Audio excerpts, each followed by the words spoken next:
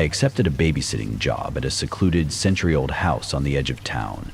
The parents were away for the evening, leaving me with 8-year-old Ellie, a quiet, gentle child who loved drawing. At first, the house felt merely creaky and old, with worn wooden floors and dim hallways. But as the night deepened, I began to notice faint murmurs coming from the darker corners. It started as a barely audible whisper when I tucked Ellie into bed.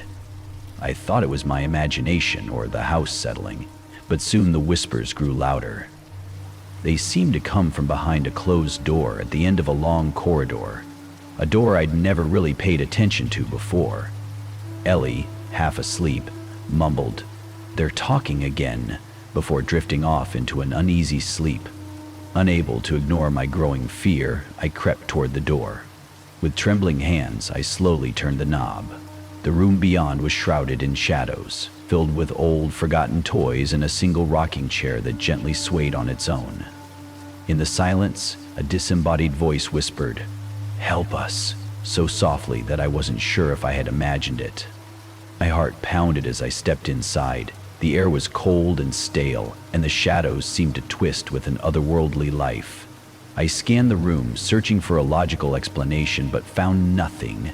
Then, a chill ran down my spine as I noticed a small figure, a pale, gaunt boy, standing in the far corner. His eyes were empty, and he looked terribly sad.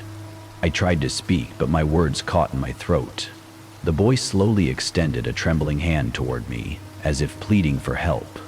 Before I could react, the door slammed shut behind me, trapping me with this ghostly child and the unseen whispers. I backed away slowly toward the door, my pulse pounding in my ears. Then the voice came again, this time with distant, childlike laughter that was anything but innocent. I pounded on the door, desperate to escape. With one final forceful push, the door yielded, and I burst out into the corridor.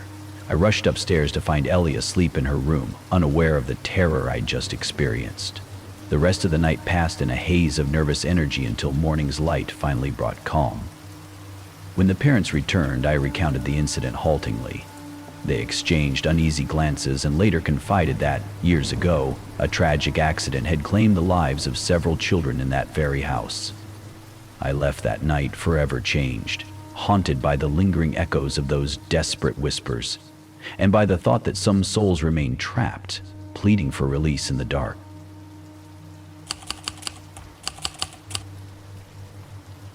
I once babysat for a family in an old Victorian home that was said to hold many secrets. Their daughter, Lucy, a bright but timid 10-year-old, was my charge for the evening. The house was filled with antique furniture and curious relics, including an enormous, ornate mirror in the hallway that everyone seemed to avoid. At first, the night went by uneventfully. Lucy entertained herself with puzzles, while I prepared dinner in the cramped kitchen. But as darkness fell, Lucy grew unusually quiet. When I checked on her, I saw her gaze fixed on the mirror. She whispered, "I see someone in there." I dismissed it as a child's imagination and reassured her before leaving her to sleep. Hours later, I awoke to the sound of soft tapping. My eyes snapped open, and I realized the sound was coming from the hallway. Curiosity overcame my fear, and I followed the sound to the mirror. In its reflection, I caught sight of a figure standing behind me. A gaunt, sorrowful face with eyes that shimmered with sadness. I spun around, but nothing was there. My heart thumped, and a cold sweat broke out on my skin. I returned to Lucy's room, only to find her wide awake, staring blankly at the ceiling. When I asked what was wrong, she mumbled about Miss Rose from the mirror who wanted to play. I tried to comfort her, but a deep unease had taken root in me. Later that night, as I sat in the living room, I heard quiet sobbing. Following the sound, I returned to the hallway in the mirror. This time, the reflection revealed a little girl in a faded dress, tears streaming down her face. The girl raised a trembling hand as if pleading silently. The sorrow in her eyes was unmistakable, and my skin crawled with dread. The next day, I learned that decades ago, a young girl named Rose had vanished without a trace, leaving behind only memories of laughter and tears. The family explained that her spirit was rumored to be trapped in that very mirror. I never did return to babysit there. Now, whenever I see a mirror in an old home, I wonder if I might glimpse a reflection that isn't my own, a ghostly reminder of a lost soul searching for a friend in the darkness.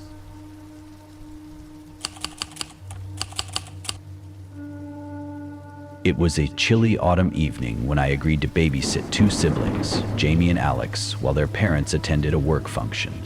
Jamie, a lively 7-year-old, and his older brother Alex, who was almost 13, were both sweet, except for one strange quirk in Alex's behavior. While Jamie chattered happily about school and friends, Alex often seemed distant, as if he was haunted by secrets he couldn't share.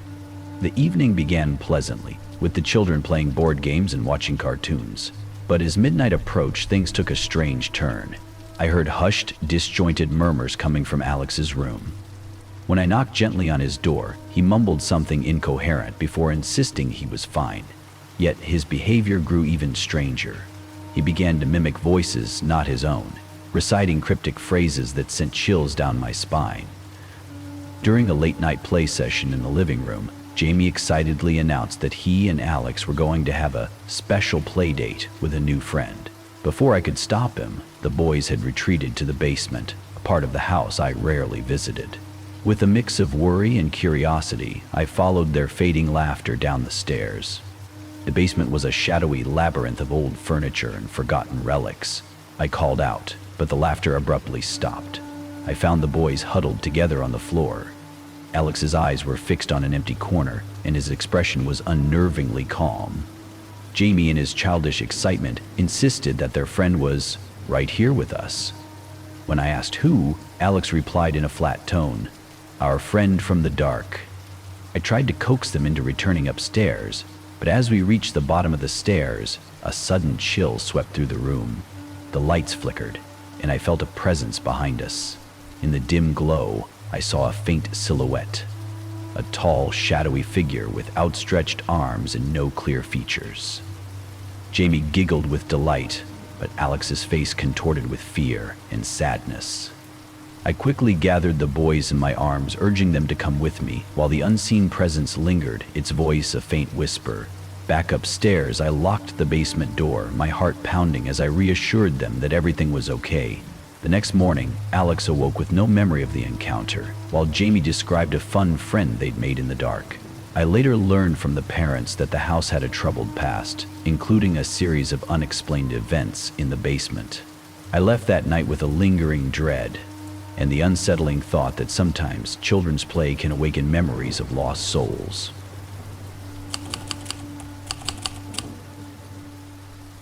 One stormy evening, I agreed to babysit for 6-year-old Molly, a bubbly child whose laughter could brighten any room. The house was modern, but oddly quiet, with sleek furnishings and soft ambient lighting. Molly's parents had warned me that she sometimes talked to her invisible friend, but I dismissed it as normal child imagination. After a hearty dinner, Molly settled into her room with a storybook, and I set up in the living room to finish some work on my laptop. Around midnight, I heard soft giggles drifting from Molly's room, a sound too precise and deliberate to be random. I walked upstairs to check on her, only to find her room empty. The bed was neatly made, and her toys were scattered about as if she'd been playing. But there was no sign of Molly. A chill crept up my spine as I noticed the closet door was slightly open. Hesitantly, I peered inside and saw Molly's favorite doll sitting upright in the weak light of a night lamp. Its glassy eyes reflected an uncanny awareness. I called her name softly, and then I heard a small giggling voice coming from behind a mirror. I turned to see a reflection that wasn't mine. A pale, almost translucent figure of a young girl with an unsettling smile. The reflection raised a hand in a playful gesture, yet her eyes were cold and empty. Panicking, I rushed back to the living room and grabbed my phone to call the parents. They answered in hushed tones, urging me to remain calm. The line crackled, and then I heard Molly's giggles again from upstairs, now even closer. I slowly crept back to her room, following the trail of giggles. There in the corner, I found Molly huddled against the wall, her face pale and her eyes wide with fear. Through trembling whispers, she explained that her invisible friend, whom she called Bella, had been playing with her and telling her secrets all evening. Bella had promised to keep Molly safe, but only if she stayed quiet about the games they played after midnight. I stayed with Molly until dawn, unable to shake the feeling that Bella wasn't just a figment of her imagination, but something far more mysterious lurking in the shadows. When her parents returned, Molly seemed relieved, yet I could never forget the eerie laughter and that unsettling reflection. I still wonder if Bella was a lonely spirit seeking a friend or a warning of something that should never have been invited into a child's world.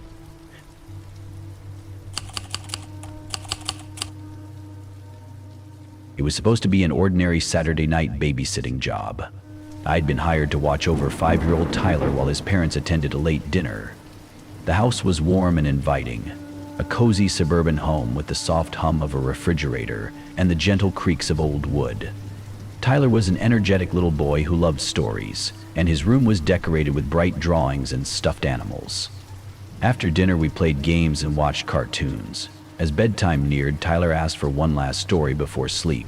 I tucked him in and dimmed the lights, leaving his nightlight on for comfort.